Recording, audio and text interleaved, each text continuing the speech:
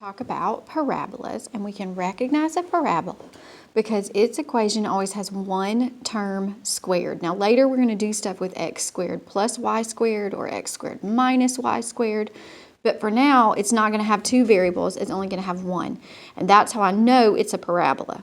So here's what we find in parabolas. We find their vertex. That's the little part. Remember that parabola is a U shape, and the vertex is the little point right where it hits the bottom or the top if it's curved the other way. So we find its vertex.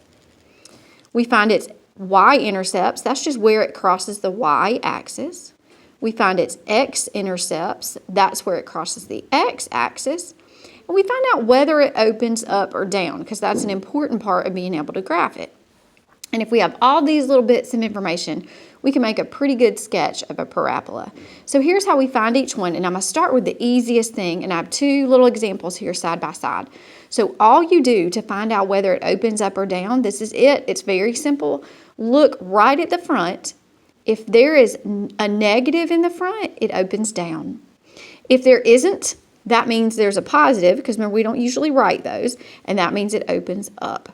So both of these open up because they begin with a positive. That simple. So they're both going to look like that. Up, U, not like this. It would have to have a negative in the front if it opens down. So an example of a negative one, just simple, it might say negative x squared minus 3x. And only this is irrelevant. We're just looking at that. That means it opens down. So that part is easy. The vertex is easy if you have the formula.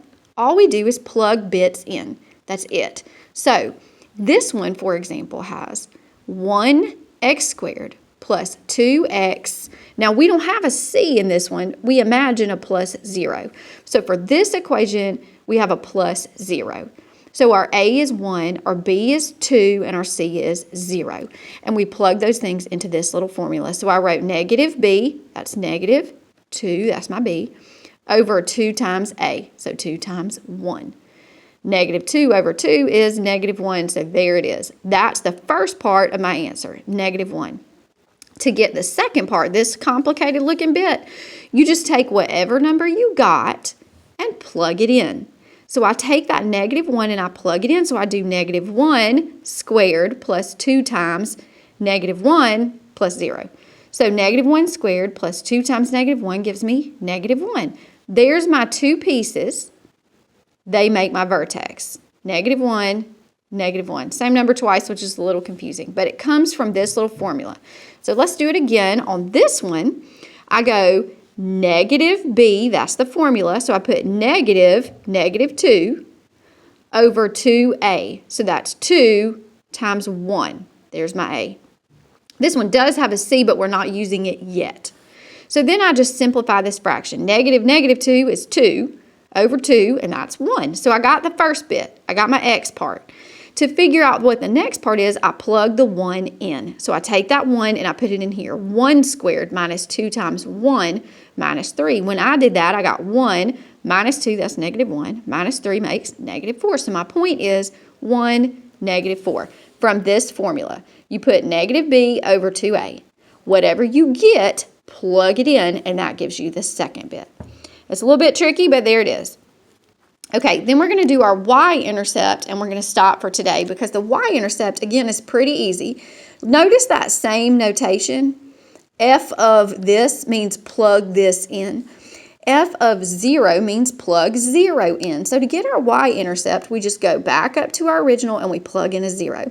So 0 squared plus 2 times 0 plus 0.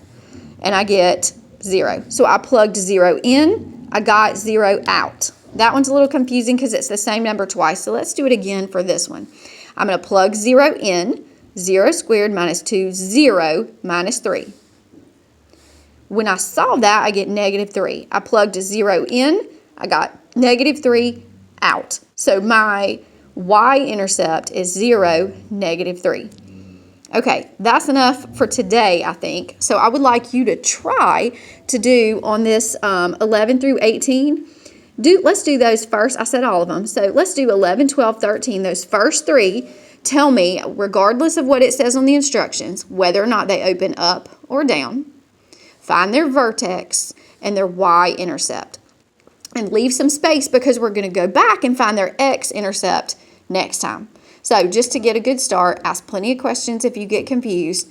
Just find whether it opens up or down, the vertex, and the y-intercept. And we'll do the x-intercept next time, and then we'll talk about graphing.